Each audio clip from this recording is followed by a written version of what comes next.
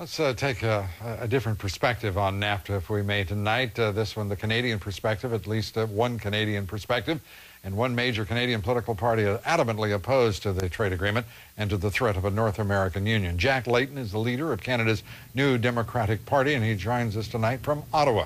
Jack, great to have you with us. Good to be with you, Lou. The Canadian perspective on NAFTA, a lot of grumbling here. A lot of discussion about whether it should be amended in our presidential contest as well. Your thoughts?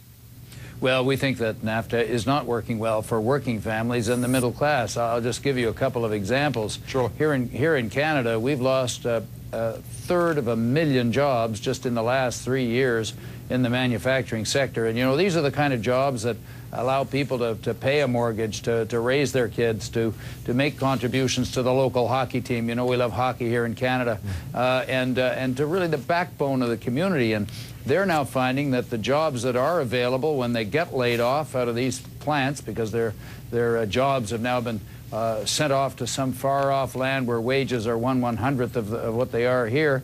The kind of jobs they can find in Canada are minimum wage. They can't pay their mortgages. They're really struggling, and I know many American workers are finding exactly the same thing. And I think it's time we made a little bit of common cause and looked at these trade deals to make sure they're working for the people who make the economy work. Yeah, I think most Americans would not pay attention a great deal to the fact that Canada is a parallel, if you will, universe in terms of these agreements. When you talked about a third of a million manufacturing jobs, but that goes beyond just NAFTA. That goes to Canada's overall trade policies, does it not?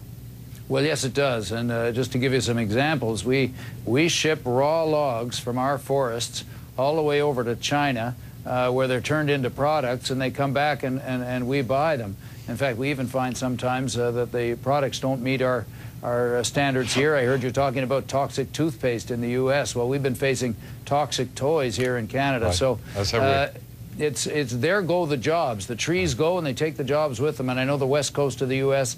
is experiencing many of the same things. So we need some fair and sustainable trade. That's what we've got to put together here. What a wonderful expression, fair and sustainable trade. In other words, Jack, and let me say, I think many people are surprised as they listen to you talking about the problems with NAFTA from your perspective. Those are precisely, as a matter of fact, that's precisely what we're doing as well. We're sending out lumber to timber and bringing back lumber. We're exporting soybeans and scrap and taking in computers from China. We're the principal source of our computers, our consumer electronics, and we look like a third world country, for crying out loud. Well, it's these multinational corporations under this so-called phrase globalization that feel they can organize the way that the things that we consume and produce in their own interest. And they're certainly doing very well by it, but it leaves a lot of people behind, and that's why we think a renegotiation of trade should take place. And today in Washington, our trade critic, Peter Julian, was there from our party, working with Congress members and legislators of Mexico to set up a working group to do exactly that. That's a bit of good news today. Real quickly, we're out of time.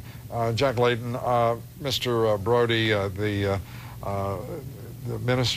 Prime Minister's Chief of Staff, some talk about him being the source of that leak on the Obamagate, as it is called here. Your reaction? Well, I asked the Prime Minister today in the House of Commons to apologize to the American people for this kind of interference in the democratic process in the U.S. It's not right. He hasn't yet apologized, and he hasn't yet fired the source of the leak. So we'll keep working on that on our end. Well, it's nice and it's absolutely reassuring, Jack Layton, to find that politics are not just a mess here, but occasionally even up north. We thank you for taking time to be with us. Hope you'll come back soon as we discuss these important issues for working men and women and their families in both Canada and the United States, and Mexico, for that matter. For sure, Lou. Take care. Thank you. You too.